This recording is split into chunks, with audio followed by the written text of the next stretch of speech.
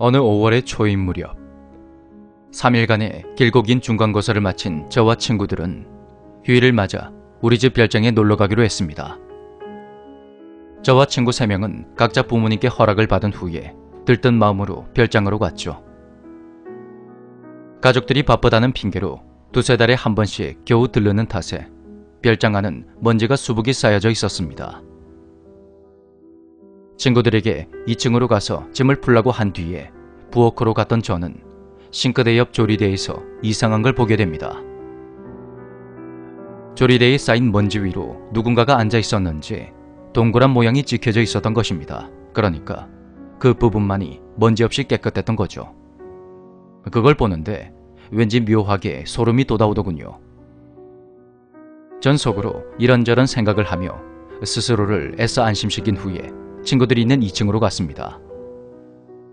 늘 컴퓨터에 찌들어 살던 우리는 슬슬 금단 증상을 보이기 시작했고 걸어서 30분 거리에 있는 읍내 PC방에 가기로 했습니다.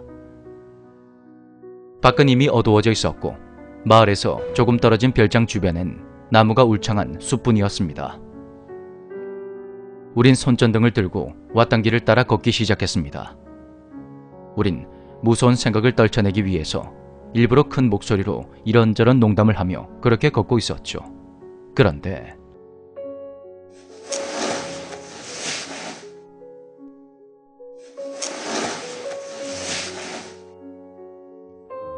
어디에선가 귀에 거슬리는 이상한 소리가 들렸습니다.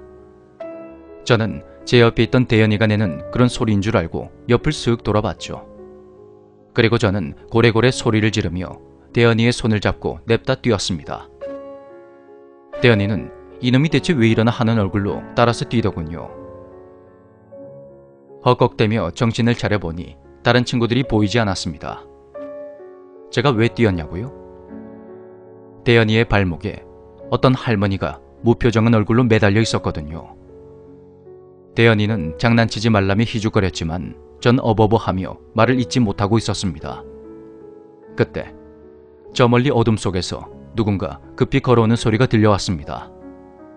흠칫하고 돌아보니 동훈이 녀석이 눈이 반쯤 감긴 성한이를 부축을 한 채로 잔뜩 겁에 질린 얼굴로 우릴 향해 오고 있는 겁니다.